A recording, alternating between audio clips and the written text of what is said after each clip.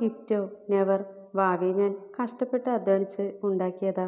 അവളുടെ ഇടുപ്പിലൂടെ കൈയിട്ട് അവളുടെ മൂക്കിന്മേൽ മൂക്കുരസി. ആകാശത്തെ അമ്പിളി പോലും നാണം തോന്നി മേഘങ്ങൾക്കിടയിലേക്ക് പോയി. ഇന്ന് പോവോ? വൈദുവിൻ്റെ മുഖത്ത് നിരാശ പടർന്നു. പോണം. എന്തേ? പോണ്ടേ?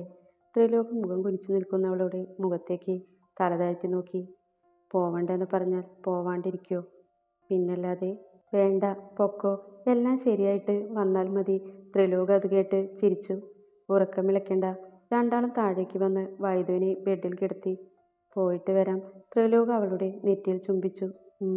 എന്തെങ്കിലും ആവശ്യമുണ്ടെങ്കിൽ വിളിച്ചാൽ മതി. പോയിട്ട് വരാം. ത്രിലോക് പുഞ്ചിരിയോടെ ഡോറടിച്ച് പുറത്തേക്കിറങ്ങി. വൈദു മിഴികൾ മെല്ലെ അടച്ചു.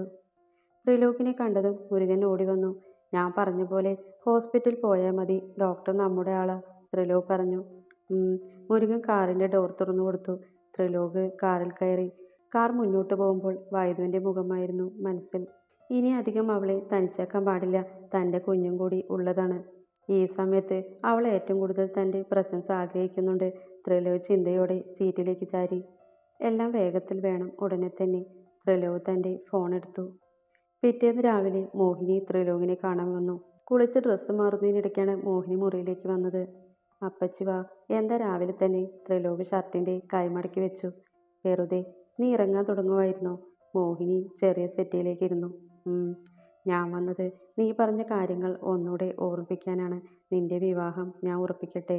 ത്രിലോക് മുന്നിലുള്ള കണ്ണാടിയിലൂടെ അവരെ ഒന്ന് നോക്കി. ജസ്റ്റ് ഒന്ന് ഉറപ്പിച്ചിടൽ മാത്രം. വിവാഹം അടുത്ത 6 മാസം കഴിഞ്ഞേ ഉണ്ടാവൂ. ഞാൻ അപ്പച്ചിയോട് അന്നേ പറഞ്ഞതല്ലേ, എനിക്ക് സമ്മതക്കുറവൊന്നുമില്ല. പക്ഷേ ഉടനെ വേണ്ട. ഉടനെ വേണം. എന്നാൽ ഈ സ്വത്തുക്കളെല്ലാം നിന്റെ പേരിൽ ആക്കാൻ പറ്റൂ, മോഹിനി പറഞ്ഞു. ത്രിലോക് ചിന്തയോടെ മോഹിനിയെ നോക്കി. അപ്പച്ചിയുടെ ഇഷ്ടം. പെൺകുട്ടി ആരാണെന്ന് അറിയണ്ടേ? ആരാ? ഫോണും കീയും പോക്കറ്റിലേക്ക് വെച്ച് ത്രിലോക് മോഹിനിയെ നോക്കി.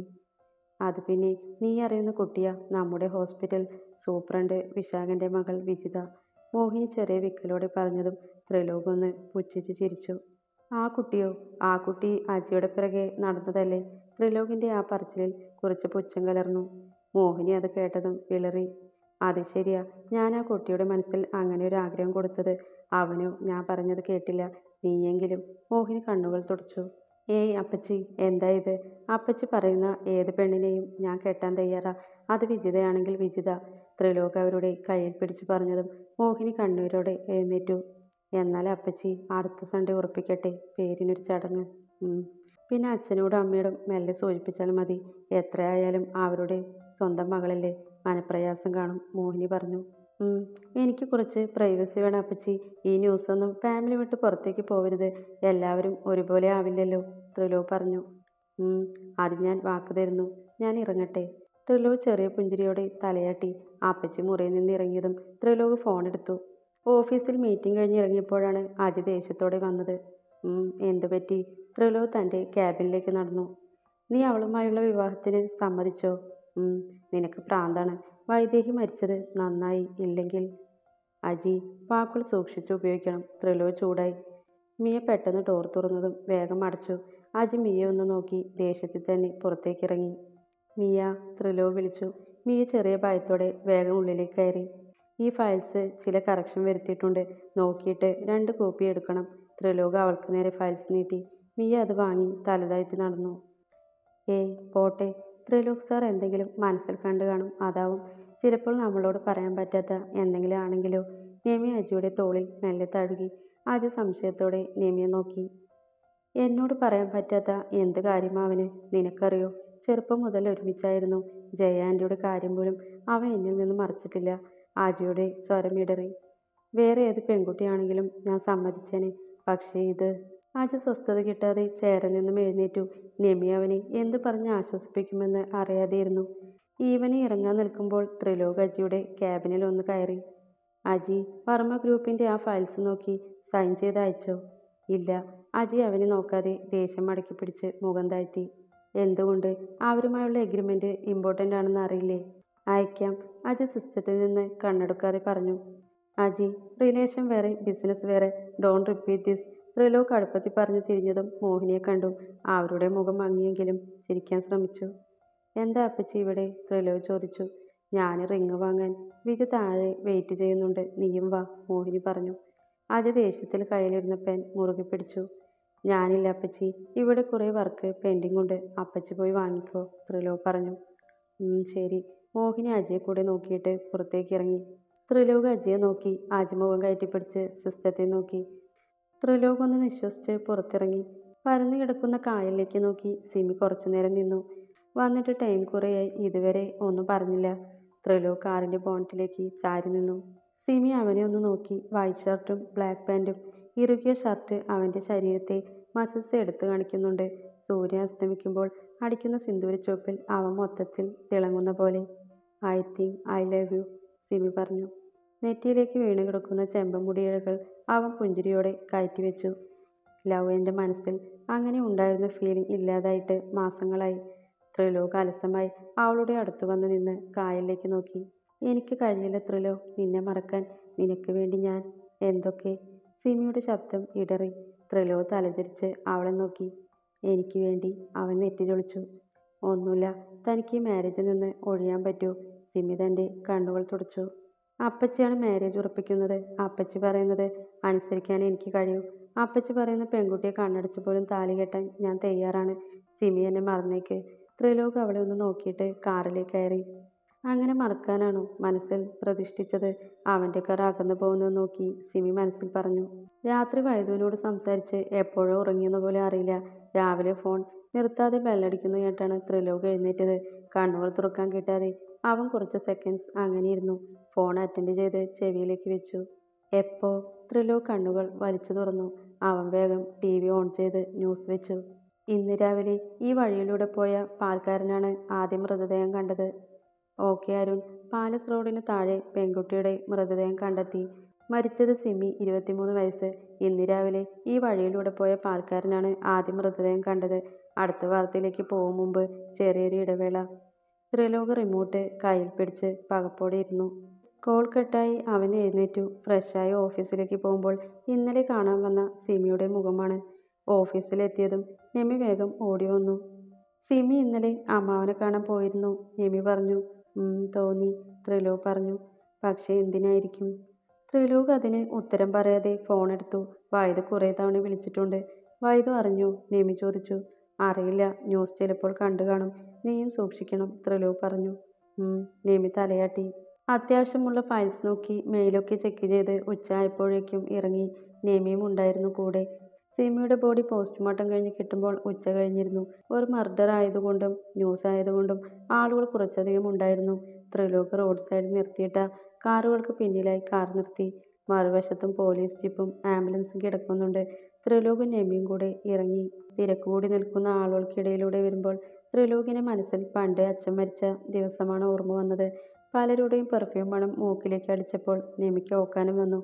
ആളുകളെ വാഞ്ഞുമാറ്റി ചെല്ലുമ്പോൾ ആദ്യം ദൃഷ്ടി പതിഞ്ഞത് ഉമ്മറത്തെ നീളം വരാന്തിൽ തെക്ക് വടക്ക് വെള്ള പൊതിച്ച് കിടക്കുന്ന സിമിയാണ്. ഇന്നലെ കണ്ടതിലും ശാന്തമായ മുഖം. ഇന്നലെ ആ മുഖത്ത് കണ്ട കലുഷിത ഭാവമില്ല. ത്രിലോക് ഒന്നേ നോക്കിയുള്ളൂ. അടുത്തിരിക്കുന്ന രേഷ്മയുടെ കണ്ണുകളിൽ കണ്ണീരില്ല. ഏതോ ഓർമ്മയിൽ എവിടേക്കോ മിഴികൾ ഊന്നിയിരിക്കുന്നു. അവൻ വന്നതുപോലും അറിയാതെ. രക്ഷിക്കാമായിരുന്നു, ശ്രമിച്ചില്ല. എന്നോ ചെയ്ത തെറ്റിന്റെ ഫലം എന്ന പോലെ ആത്മാർത്ഥമായി ആരും തന്നെ കരയാനില്ലാതെ ഒരു മൃതദേഹം. നെമിയുടെ കണ്ണുകളൊക്കെ നിറയുന്നുണ്ട്. ശത്രുവാണെങ്കിലും. മോഹിനിയും അജുവും മാറി നിന്ന് സംസാരിക്കുന്നുണ്ട്. അജുയുടെ മുഖത്ത് ഇതൊന്നും യോജിക്കാൻ കഴിയാത്ത ഭാവം. നെമിയെ കണ്ടതും അവൻ വേഗം അടുത്തേക്ക് വന്നു. പോലീസ് എന്തു പറഞ്ഞു? ത്രിലോക് ചോദിച്ചു. ആക്സിഡന്റ് ആണത്രേ. അജുയുടെ മുഖത്ത് തികഞ്ഞ രോക്ഷം. ത്രിലോക് ഒന്ന് പുച്ഛിച്ചു ചിരിച്ചു. സിമിയുടെ മുഖത്തെ മുറിവുകളും അടികിട്ടിയ കൈപ്പാടുകളും അവനൊന്ന് തിരിഞ്ഞു നോക്കി. രേഷ്മ അപ്പോഴും ആ ഇരിപ്പ് തന്നെ. വിഷ്ണു സ്കൂളിൽ പോയതുകൊണ്ട് അജയും നെമിയും വേഗം ഇറങ്ങി. സിമിയുടെ എല്ലാ ചടങ്ങിനും ത്രിലോക് മുന്നിൽ നിന്നു. ബോഡി ദഹിപ്പിക്കാൻ പോയപ്പോഴും കൂടെ പോയിരുന്നു. ഒരുവിധം എല്ലാവരും പോയിരുന്നു. തിരിച്ചു വരുമ്പോൾ ചെറുതായി ഇരുട്ട് പരന്നിരുന്നു. ഉമ്മറത്തെ ലൈറ്റൊക്കെ ഓൺ ചെയ്ത് വെച്ചിട്ടുണ്ട്. ജോലിക്കാരിയുണ്ട്. മാത്രമല്ല വൈദുവിൻ്റെ അച്ഛനും അമ്മയും വന്നിട്ടുണ്ടായിരുന്നു. രേഷ്മ ഒറ്റയ്ക്കായതുകൊണ്ട് അവർ പോവാൻ സാധ്യതയില്ല. ത്രിലോക് അകത്തേക്ക് കയറുമ്പോൾ ഡൈനിങ് ടേബിളിൽ തലചായ്ച്ചു കിടന്ന രേഷ്മ എഴുന്നേറ്റ് നോക്കി. ത്രിലോക് ആണെന്നറിഞ്ഞതും അങ്ങനെ തന്നെ കിടന്നു. വൈദുവിൻ്റെ അമ്മ കയ്യിലൊരു കപ്പുമായി അങ്ങോട്ട് വന്നു. അമ്മ ഈ നേരം വരെ ഒന്നും കഴിച്ചിട്ടില്ല മോനെ. ശാന്തി കപ്പ് രേഷ്മയുടെ അടുത്ത് വെച്ചു. ത്രിലോക് ഒന്ന് അവരെ നോക്കി. 18 വയസ്സിൽ അച്ഛനെ പ്രണയിച്ചു വിവാഹം കഴിച്ച കൊച്ചു പെൺകുട്ടി. അവളുടെ ലോകം മറ്റൊന്നായിരുന്നു. ഇപ്പോഴും അവർ സുന്ദരിയാണ്. തൻ്റെ പ്രായമുള്ള മകനുണ്ടെന്ന് പോലും പറയില്ല. എന്നാൽ എത്ര സുന്ദരിയായിട്ടും എന്താ, വിധിയെല്ലാം തട്ടിത്തെറിപ്പിച്ചു. ഇതൊക്കെ അനുഭവിക്കേണ്ടത് തന്നെയാണ്. പക്ഷേ ആ കണ്ണീര് കാണാൻ കഴിയുന്നില്ല. പെറ്റ അമ്മയെ ഒരാളും കണ്ണീരോടെ കാണാൻ ആഗ്രഹിക്കില്ല. പോയവര് പോയി. വെറുതെ പട്ടിണിയിരുന്നാൽ അവരൊന്നും തിരിച്ചു വരില്ല, ത്രിലോക് പറഞ്ഞു. രേഷ്മ നിറമിഴികളോടെ അവനെ നോക്കി. ഇതാ കുടിക്ക്. ശാന്തി കപ്പ് അവർക്ക് നേരെ നീക്കിവെച്ചു. രേഷ്മ ത്രിലോകിനെ ഒന്ന് നോക്കി കപ്പെടുത്ത് ചുണ്ടോട് ചേർത്തു. മോന് ചായ തരട്ടെ, ശാന്തി ചോദിച്ചു. ത്രിലോക് ഷർട്ടിന്റെ കൈ ബട്ടൺസ് അയച്ചു കയറ്റിവെച്ചു. ഒപ്പം ഇൻസേർട്ട് ചെയ്ത ഷർട്ട് വലിച്ച് പുറത്തേക്കിട്ടു. വീടിനുള്ളിൽ വല്ലാത്തൊരു ചൂട് അനുഭവപ്പെടുന്ന പോലെ. ത്രിലോക് രേഷ്മയുടെ അടുത്ത് ചെയർ വലിച്ചിട്ടിരുന്നു. അവൾ നിന്നെ കാണാൻ വന്നിരുന്നല്ലേ, രേഷ്മ ചോദിച്ചു. അപ്പോഴേക്കും ശാന്തി ചായ കൊണ്ടുവന്ന് കൊടുത്തു. അവൾ നിന്നെ കണ്ടുവന്നതിന് ശേഷം നല്ല സന്തോഷത്തിലായിരുന്നു. പക്ഷേ അവളെ ഇല്ലാതാക്കിയത് അവളുടെ ആഗ്രഹങ്ങൾ തന്നെയാണ്. പലതും ഞാൻ കണ്ടില്ലെന്ന് നടിച്ചു. അല്ലാതെ എന്തു ചെയ്യാൻ? അവളുടെ മനസ്സിലെ പ്രണയത്തിന് നിന്റെ മുഖം നൽകേണ്ടി വന്നു. അരുതായിരുന്നു. എല്ലാത്തിനും ഞാൻ തന്നെ കാരണം. പൊറുക്കില്ല. അവളുടെ അച്ഛനും അമ്മയും അവളും ആഡംബര ജീവിതമായിരുന്നു മുന്നിൽ. അത്യാർത്തി. രേഷ്മ കണ്ണുകൾ ഒപ്പി. ത്രിലോക് അത് ശ്രദ്ധിക്കാതെ ചായ കുടിച്ചിരുന്നു. എല്ലാം ഇട്ടെറിഞ്ഞു പോരുമ്പോൾ എല്ലാവരും കൂടെ നിന്നു. പക്ഷെ പോയിക്കഴിഞ്ഞപ്പോൾ വഞ്ചിച്ചു. എൻ്റെ കുഞ്ഞിനെ പൊന്നുപോലെ നോക്കിക്കോളാമെന്നാ ജയേച്ചി പറഞ്ഞത്. എൻ്റെ മോന് നടന്നതൊന്നും സത്യമായിട്ട് അമ്മ അറിഞ്ഞില്ല. വൈദേഹി പറഞ്ഞപ്പോഴാ എല്ലാം അറിയുന്നേ. രേഷ്മയുടെ വിതുമ്പൽ വലിയൊരു കരച്ചിലായി മാറിയപ്പോൾ തൻ്റെ ചുവന്നു നിറഞ്ഞ കണ്ണുകളോടെ ത്രിലോക് അവരെ നോക്കി. എല്ലാം ഞാൻ കാരണമാ. കൂടെ നിന്നവരുടെ വാക്ക് കേട്ട് എൻ്റെ കുഞ്ഞിനെ ഉപേക്ഷിച്ചില്ലേ? പൊറുക്കില്ല. ഒരു ദൈവവും പൊറുക്കില്ല. രേഷ്മയുടെ കരച്ചിൽ ഉയർന്നപ്പോൾ ത്രിലോക് അവിടെ നിന്നും എഴുന്നേറ്റ് പോയി. ശാന്തി ഓടിവന്ന് രേഷ്മയെ ആശ്വസിപ്പിക്കുന്നുണ്ടായിരുന്നു. ത്രിലോക് വേഗം പുറത്തേക്കിറങ്ങി. എന്നെങ്കിലും തിരിച്ചു വരുമ്പോൾ മുഖത്ത് നോക്കി 4 വർത്തമാനം പറയണമെന്നുണ്ടായിരുന്നു. പക്ഷേ ആ കണ്ണീര് കാണുമ്പോൾ. അന്ന് രാത്രി ഇറങ്ങിയപ്പോൾ ശാന്തി കുറെ വിളിച്ചെങ്കിലും രേഷ്മ കൂടെ പോയില്ല. ഒരുപാട് നിർബന്ധിക്കേണ്ടെന്ന് ത്രിലോക് പറഞ്ഞു. എന്നാൽ ത്രിലോക് ഒരു വാക്ക് വിളിക്കുമെന്ന് രേഷ്മ വെറുതെ മോഹിച്ചു. രാത്രി അച്ഛനെയും അമ്മയും വീട്ടിലാക്കി വേഗം കുളിച്ച് ഫ്രഷായി ത്രിലോക് ഇറങ്ങി. വൈദുവിനെ ഒന്ന് കാണണം. എന്തോ അവളുടെ അടുത്തേ തനിക്ക് സമാധാനം കിട്ടൂ. കാറിലിരുന്ന് വെറുതെ മയങ്ങിപ്പോയി. എത്തുമ്പോൾ വല്ലാത്ത മഴയും. ഗേറ്റ് കടന്ന് കാർ നിർത്തി ത്രിലോക് വേഗം ഇറങ്ങി. മുരുകൻ വേഗം ഓടി വന്നു. സിമി, മുരുകൻ പറഞ്ഞു. വിശാഖനാവും, ത്രിലോക് അകത്തേക്ക് നടക്കുന്നതിനിടയ്ക്ക് പറഞ്ഞു. പ്രതീക്ഷിച്ചിരുന്നോ? പക്ഷെ ഇത്ര പെട്ടെന്ന് പ്രതീക്ഷിച്ചില്ല. രക്ഷിക്കാമായിരുന്നു. ആവശ്യമില്ല സാർ, അവൾ അത് അറിയിക്കുന്നുണ്ട്. ഒരു കുഞ്ഞിനെ ഇല്ലാതാക്കിയവളല്ലേ, മുരുകൻ അമർഷത്തോടെ പറഞ്ഞു. നീ കഴിച്ചോ? ത്രിലോക് അവളുടെ മുറിയുടെ മുന്നിൽ എത്തിയതും നിന്നു. മുരുകൻ വേഗം തിരിഞ്ഞു നടന്നു.